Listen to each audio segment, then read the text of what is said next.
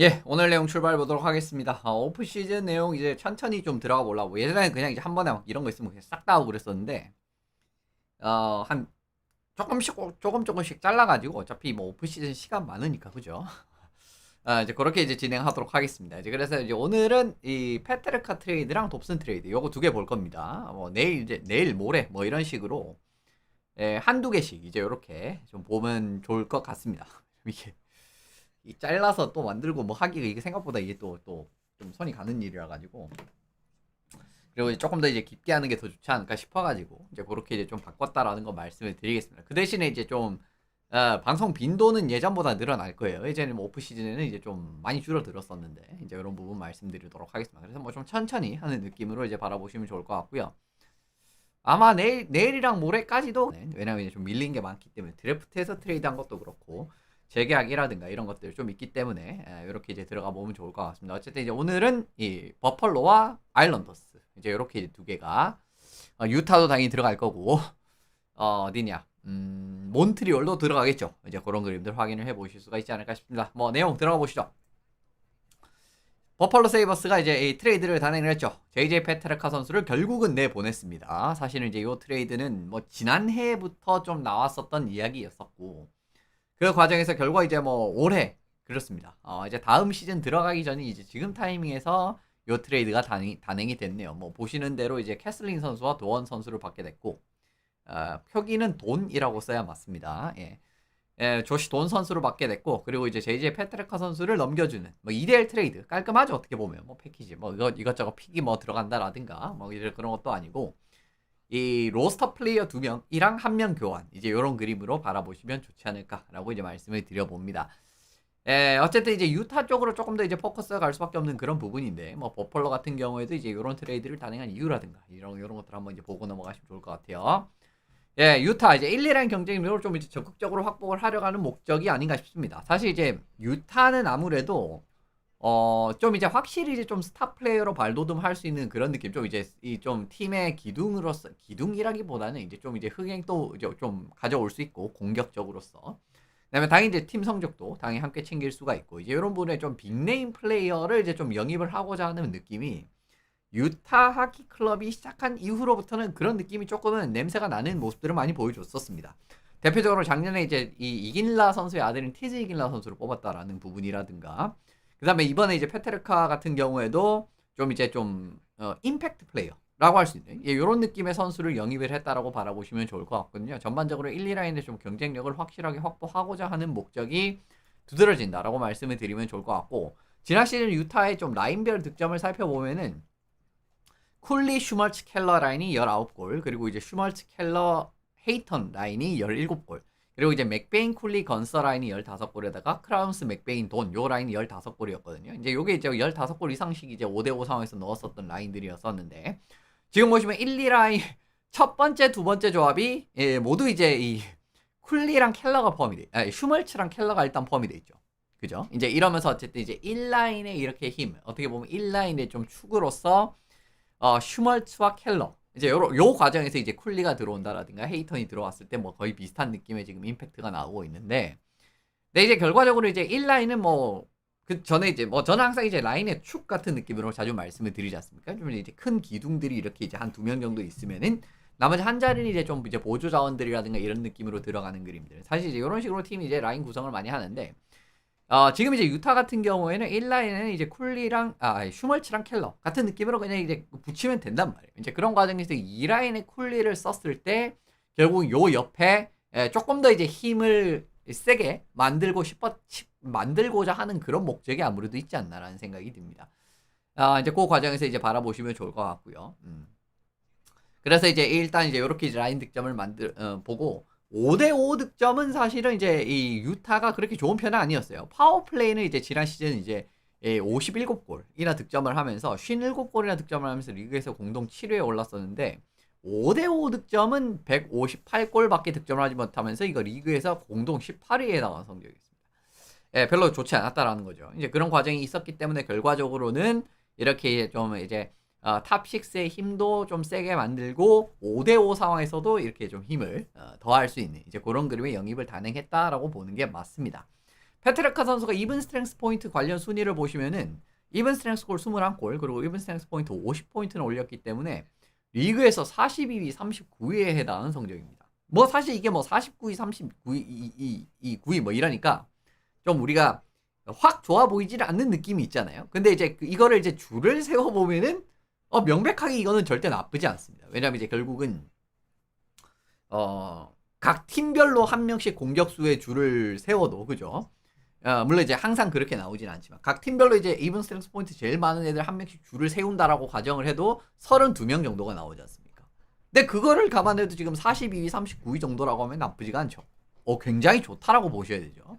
예, 물론 뭐 리그에서 압도적으로 S급이라고 볼 수는 없지만 이제 이런 과정을 말씀을 드리면 좋을 것 같고, 참고로 저 21골 42위니까 조금 더 힘이 약해 보이는 저 이븐 스트렝스 골 21골 같은 경우에는 지난 시즌에 이븐 스트렝스에서 21골 넣은 선수들의 명단을 살펴보시면 굉장히 많았습니다. 그래서 이제 전부 다 이제 씻지는 못했는데 크로즈비, 하이먼, 포르스베리, 라인하트, 피알라, 란타넨, 아호, 카플조프, 메슈스 이런 선수들이 예, 이븐 스트렝스 골 지난 시즌 21골 넣은 선수였습니다. 여기 이제 페테르카가 이제 같은 생산력을 보여줬다라고 말씀을 드리는 거고요. 지난 시즌에는 물론 이 선수들보다 더 좋은 선수들이라고 말하기는 좀 어렵습니다. 근데 이 정도의 생산력을 보였다라고 말씀을 드려요. 물론 이제 카프리조프는 부상 때문에 경기를 뭐 많이 출장을 못한 걸 생각을 하면 더 대단하긴 한데, 일단 어쨌든 이제 그런 부분 보고 넘어가시면 좋을 것 같고요. 기대감의 부응인지는 모르겠지만 곧바로 재계약을 체결을 했죠. 5년 계약이고 연평균 770만 달러의 계약을 이제 선택을 했고요. 그리고 이제 29-30 시즌에는 조정된 트레이드 거부권, 이제 10팀을 골라가지고 트레이드 거부를 할 수 있는 그 권한까지 들어갔기 때문에 생각보다 이제 재계약 같은 부분도 나쁘지 않게 들어갔다라고 바라보시면 좋을 것 같습니다. 결과적으로 아까 이제 1, 2라인 뭐 말씀을 드렸는데, 지금 이제 밸런스를 생각을 했을 때 1, 2라인은 이렇게 이제 나오는 게 그냥 무난하지 않을까 싶습니다. 결국 이제 켈러랑 슈멀츠를 이제 1라인으로 이제 두면서 이제 그 좋은 이제 호흡을 유지를 하면서 케이턴 선수를 올리고요. 그리고 이제 페테르카 선수를 2라인으로 내리고 쿨리랑 건서 이제 이렇게 이제 모아버리면은 생각보다 임팩트가 좀 잘 나오지 않을까라고 이제 보는 부분입니다. 기본적으로 이제 뭐 쿨리나 건서 같은 선수들도 이제 마무리 능력이 굉장히 좋은 선수들이고, 페테르카도 이제 당연히 이제 뭐 득점력도 괜찮지만은 패싱 능력이라든가 이런 동료를 살려줄 수 있는 능력도 나쁘지 않기 때문에 밸런스를 생각해 봤을 때는 제가 봤을 때는 요게 그냥 무난하지 않나. 또 왜 이렇게 말씀을 드리냐면은 지금 레프트 라이트 밸런스도 잘 맞출 수가 있습니다. 물론 이제 센터 같은 경우에는 굳이 뭐 무리해서 맞출 필요는 없지만, 이제 1, 2라인 지금 이제 라이트 윙어에 이제 오른손잡이 선수 2명, 그리고 슈멀츠랑 건서, 그리고 이제 켈러랑 페테르카, 그죠? 그리고 아까 이제 보셨던 것처럼 켈러랑 슈멀츠가 같이 올랐을 때 결과가 상당히 좋게 나온다라는 점. 이런 부분 생각을 하면 1라인에 켈러랑 슈멀츠를 뭐 뗄 필요는 없다라고 생각을 하고요. 그리고 그래서 이제 결국은 2라인에 쿨리, 건서, 페테르카를 넣으면은 확실히 임팩트가 있는 이제 이런 부분에 1, 2라인의 힘을 만들 수가 있지 않을까. 아까 말씀드렸던 대로 좀 임팩트 플레이어적인 느낌으로 봤을 때는 이제 이렇게 바라보시면 좋을 것 같습니다. 그리고 또 하나의 강점은 역시나 1, 2라인 선수들이 모두 20골 이상 득점을 할 수 있다는 거죠. 지난 시즌 요 선수들이 모두 20골 이상 득점을 했습니다. 물론 이제 이거는 사실 이제 조금은 갈라먹는 느낌으로 가야 되기 때문에 내년에는 이제 100% 이제 이 선수들이 20골을 넘게 득점을 할 수 있는가 없는가는 장담은 하지 못하지만, 그래도 어쨌든 지난 시즌에 지금 이제 이 6명이 모두 20골 이상 득점을 했다라는 것은 상당히 의미가 있죠. 참고로 24-25 시즌에 20골 이상 선수를 최다 보유한 팀은 워싱턴 캐피털스가 7명으로 1위, 그리고 템파베이, 댈러스, 토론토가 6명씩 보유를 했기 때문에 2위였었습니다. 요 그림을 생각을 해봐도 정말 탑6의 화력적인 측면. 물론 이제 뭐 저 동네에는 뭐 40골 뭐 이제 그렇게 넣는 애들이 또 있죠, 뭐 그죠? 템파 같은 경우에는 그런 선수들이 더 많고, 토론토도 이제 뭐 그 정도 급의 화력을 펼쳐주는 선수들이 있고, 그죠? 근데 이제 뭐 어쨌든 뭐 1, 2라인의 이런 이제 전체적인 균등한 화력적인 부분에선 상당히 경쟁력을 올릴 수가 있는 부분이기 때문에 요 부분 말씀드리고 넘어가면 좋을 것 같습니다. 버펄러 영입 목적 보시면 좀 수비진 개편에 대비를 하는 영입이 아닌가라고 생각을 해봅니다. 아무래도 지금 오프 시즌에 계속 이제 나오는 이야기가, 물론 이제 얼마 전에 케빈 애덤스 GM이 드래프트 직전에 기자회견을 하는 과정에서 사무엘손 선수 뭐 바이아웃 이야기가 있었거든요. 그러니까 이제 루머로서 그런 이야기들이 나왔는데, 이제 그건 이제 GM선에서 이제 그런 이야기 없었다, 와전된 이야기다 라는 이야기가 나왔기 때문에 사무엘손 바이아웃은 생각을 하지 않는 것 같은데, 근데 바이아웃을 생각을 하지 않더라도 사무엘손 선수 같은 경우에도 좀 트레이드설은 지난 시즌에도 있었고 올해도 이제 좀 오프 시즌에 이제 드문드문 나오는 편이었었어요. 그래서 일단 이제 사무엘son 선수도 지금 이제 이런 트레이드설 좀 나오고 있고 보원 바이럼 선수 같은 경우에도 뭐 이 선수는 뭐 이제 뭐 굉장히 그죠? 뭐 지난 시즌에서부터 좀 이제 이야기가 많았던 선수고 이제 올해 같은 경우도 거의 팀을 나가는 게 기정사실화가 됐다라고 바라보셔도 좋을 것 같은데 일단 어쨌든 그런 부분입니다. 그리고 이제 보원 바이런 같은 경우에도 트레이드 요청을 했다라는 이야기, 루머들이 있었죠. 그러니까 이런 것들도 사실은 그 요즘에 SNS 보면은 정말 이제 대문짝만하게 이렇게 딱 사진 걸어놓고 뭐 트레이드 리퀘스트, 트레이드 뭐 요청했다 뭐 이런 것들 좀 이제 좀 자극적으로 이렇게 딱 클릭베이트 느낌으로 올리는 그런 SNS들이 많잖아요. 근데 이런 것들도 한번 체크를 한 번 더 해보셔야 됩니다. 그게 다 맞는 이야기가 아니에요. 그래서 보원 바이런 같은 경우에도 트레이드 요청 썰은 사실이 아니었는데 그러니까 트레이드 요청을 했다 라는 이야기가 있었거든요. 근데 이제 그게 사실이 아니다라는 건 맞는데 근데 이제 트레이드 블록에 올라간 거는 뭐 사실이라 그럽니다. 그러니까 트레이드를 할 목적 그런 이제 트레이드를 할 의향은 있다라고 바라보셔야 되는 부분이죠. 이제 그렇게 이제 말씀을 드리면 좋을 것 같고요.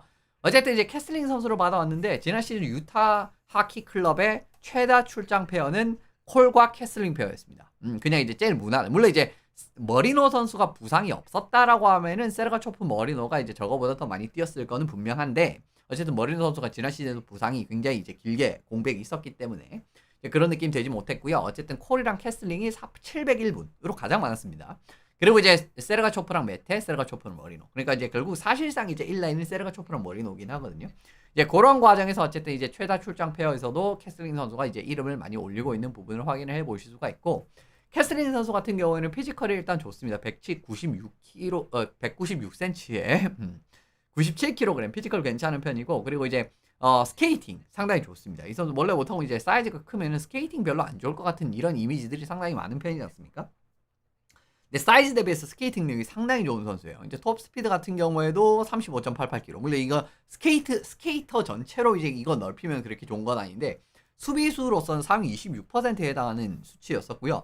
그리고 이제 32km 이상 가속 같은 경우에도 115회를 기록을 했기 때문에 상위 4%였습니다. 이제 이런 과정에서 스케이팅으로도 이제 좀 부드러운 경기력이 된다라는 거 확인을 하실 수가 있고 역시나 캐슬링 선수 같은 경우는 골을 많이 넣지는 못했지만은 굉장히 강력한 포인트샷 기여가 있죠. 이제 슈팅이 워낙 이제 또 강력하게 칠 수가 있는 선수이기 때문에 지금 바라보시면은 뭐 145km 이상 슈팅 이거 이제 뭐 23번이나 기록을 해서 상위 5%, 129에서 145km 같은 경우에도 68회를 기록을 했기 때문에 상위 6%. 이런 부분에서도 역시나 포인트샷에서 상당히 좋은 모습을 보여줄 수 있다는 걸 확인을 하실 수가 있습니다. 그리고 또 하나의 가치평가는 역시나 오른손잡이 수비수라는 거죠. 사실은 지금 버펄로 세이버스 수비진의 이런 이제 핸드를 바라보시면 이거 사무엘손이 아니죠. 캐슬링이죠. 캐슬링. 네, 그렇습니다. 예, 오타가 났는데. 예, 이게 이제 지금 보시면 이제 레프트가 달린 파워, 사무엘손, 브라이슨 같은 선수들이 있고 캐슬린 선수가 유일한 라이트입니다. 지금 로스트 계약 잡힌 선수들 중에서요. 자, 그런 과정이기 때문에 결과적으로는 지금 이제 오른손잡이 이제 슈팅도 좀 세고 이런 그림들, 스케이팅 경기력도 좀 무난하게 잘 되고 좀 누구 생각나는 뭔가 이제 좀 그런 느낌이 있으시지 않으십니까? 근데 사실은 어느 리그가 마찬가지인데 좀 승리의 좀 이런 방정식 같은 느낌의 이런 전체적인 팀 구성들이 뭔가 이제 좀 좋아 보이는 느낌이 나오면은 이제 팀들이 이제 그런 느낌으로 구성을 하기 시작을 합니다. 좀 이제 이 카피캣 리그 사실 이런 느낌으로 많이 표현을 하는데 NHL도 사실은 그런 느낌에서는 자유롭지는 않은 리그거든요. 그러니까 이제 승리를 하는 팀, 뭐 이제 플로리다겠죠. 제가 말씀드리고 싶은 부분들은 그런 느낌의 이제 팀 구성을 좀 따라하는 경향성이 있는데 이번 플레이오프에서 사실 플로리다 같은 경우에는 에클블레드, 존스 사이즈 좀 크면서 스케이팅 게임도 물론 이제 에클블레드는 그렇게 좋지는 않지만 뭐 존스는 그렇게 나쁘지 않은 편이거든요. 이런 느낌이 되면서 좀 많은 시간도 소화가 되고 슬랩샷이라든가 이런 슈팅력도 있는 선수들 돋보였죠. 굉장히 중요한 골들도 많이 집어넣었었고 그런 부분에서의 어떻게 보면은 뭔가 좀 유사하게 가는 느낌으로 영입을 한 것이 아닌가라고 저는 일단 이것도 이제 이유 중에 하나라고 보고 있는 부분입니다. 그래서 하여튼 오른손잡이 수비수라는 부분 이제 확인을 하실 수가 있고요.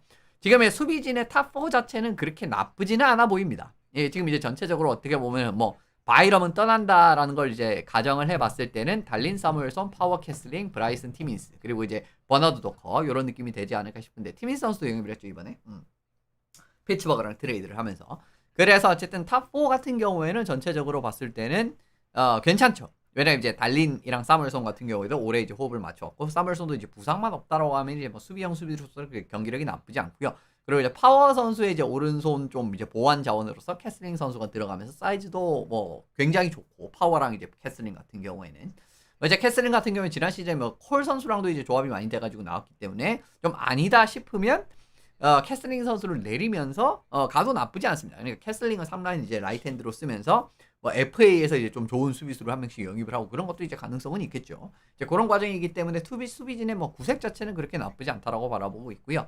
그리고 또 하나 좋은 점은 역시나 140만 달러. 올해까지 계약이 140만 달러의 굉장히 염가 계약이기 때문에 캡을 굴리고 좀 미래를 도모하기도 나쁘지 않은 현재 상황이다라고 보고 있습니다. 이제 그런 그림이라고 뭐 이제 정말 예를 들면은 캐슬링이 좀 못하는 그림이 나와서는 안 된다라고 생각을 하는데, 뭐 그런 그림이 나온다라고 해도 뭐 트레이드를 한다라든가 좀 이제 뭐 조금 보전을 할 수 있는 그런 그림이 나올 수가 있고요. 어쨌든 뭐 그 부분 말씀드리고 넘어가면 좋을 것 같습니다. 근데 역시나 이제 세이버스가 좀 걱정되는 부분은 이거예요. 그러니까 차기 세이버스의 미래로서 찍은 자원들이 이번에도 결국은 뭐 오래 못 가서 트레이드가 되는 느낌이거든요. 그러니까 결국은 이런 친구들을 공을 굴려가지고 전성기가 됐을 때 팀이 어떻게 만들어졌는지. 물론 이제 뭐 이번에는 페테르카가 좀 불만을 표현을 했다 이런 느낌의 이야기가 있기 때문에 뭐 어쩔 수 없다라고도 볼 수는 있지만, 근데 이런 것들이 너무 많아요. 사실 아이클 때도 똑같았잖아요. 그죠? 그러니까 어떻게 보면 이렇게 좀 20대 초반 자원들이 이렇게 공을 굴리면서 이렇게 젊은 선수들을 공을 이렇게 이 스노볼을 이렇게 굴리면서 정말 이제 중요할 때 이 선수들이 이제 이 정말 전성기에 올라왔다라든가 기량이 정말 정점에 올라왔을 때 결국 이제 팀이 이렇게 이제 융성하게 되는 그런 것들을 이제 좀 생각을 해야 되는. 근데 이번에도 보면은 딜런 커즌스라든가 JJ 페테르카 같은 선수를 트레이드로 다 내보냈거든요. 그죠? 커즌스 같은 경우에도 물론 이제 커즌스야 뭐 노리스를 받았으니까 그래도 좀 낫다라고 쳐도, 페테르카 같은 경우에는 사실은 저는 조시 돈 선수 같은 경우에는 그렇게 높은 실력을 가진 자원이라고 보고 있지 않거든요. 그러니까 이것도 좀 손해를 보면서 팔았다라는 거예요. 그러니까 이런 그림들이 계속 반복이 된다라는 거는 결국은 전체적으로 이게 팀의 미래를 도모하기가 어려운 그림들이 계속 나올 수밖에 없기 때문에 그런 그림에서 한 번 더 지금 버펄로가 이런 느낌이 되고 있지 않나라고 보고는 있습니다. 그러니까 이게 참 어려운 거예요. 그러니까 진짜 이제 선수가 불만을 품으면 이건 트레이드를 안 할 수도 없고, 그렇다고 이제 트레이드를 이런 식으로 해버리면은 정말 이제 앞으로 이제 젊은 주축이 될 만한 이런 선수들을 이제 찜을 했었는데, 사실 이제 커즌스도 괜찮아가지고 결국 이제 장기 계약해가지고 주축 세이버스로 찜을 했는데 잘 안 돼가지고 트레이드를 한 거고, 그죠? 그리고 이제 페테르카 같은 경우에 내부 불만이라든가 뭐 이런 것들이 돼가지고 결국 이제 트레이드가 되는 그림이었기 때문에 결국 이렇게 되면은 계속 리빌딩이 늦어질 수가 있는 상황이 되는 겁니다.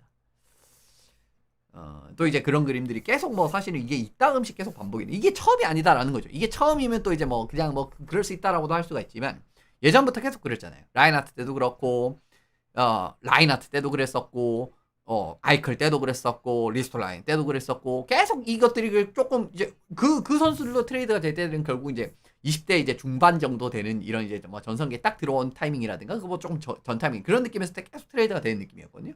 근데 커즌스랑 페테르카 트레이드 이런 것들을 봐도 전체적으로 봤을 때는 그 결이랑 별로 벗어난 움직임이 또 나오지 않기 때문에 그런 부분에서 좀 불안한 점이 있다라고 말씀을 드립니다. 어쨌든 세이버스가 뭐 캐슬링이 정말 어엿한 탑4로 성장을 한다라고 하면은 그래도 어느 정도 이상은 그 페테르카를 내준 거에 대한 좀 보전을 받을 수가 있는 상황은 나오지만, 만약에 이제 캐슬링까지 조금 애매한 그림이 나온다라고 하면은 이건 여러모로 좀 골치 아픈 상황이 나올 수도 있어요. 그러니까 이제 아까 말씀드렸던 이제 더 미래의 그런 이제 그 올라가는 이 빵 터지는 그 시점이 점점 느려질 수도 있다는 걸 말씀을 드리는 거기 때문에 그런 부분은 좀 걱정이 된다라는 걸 말씀을 드리면서 버펄로 요거 이제 페테르카 트레이드는 이렇게 마무리를 해보도록 하겠습니다.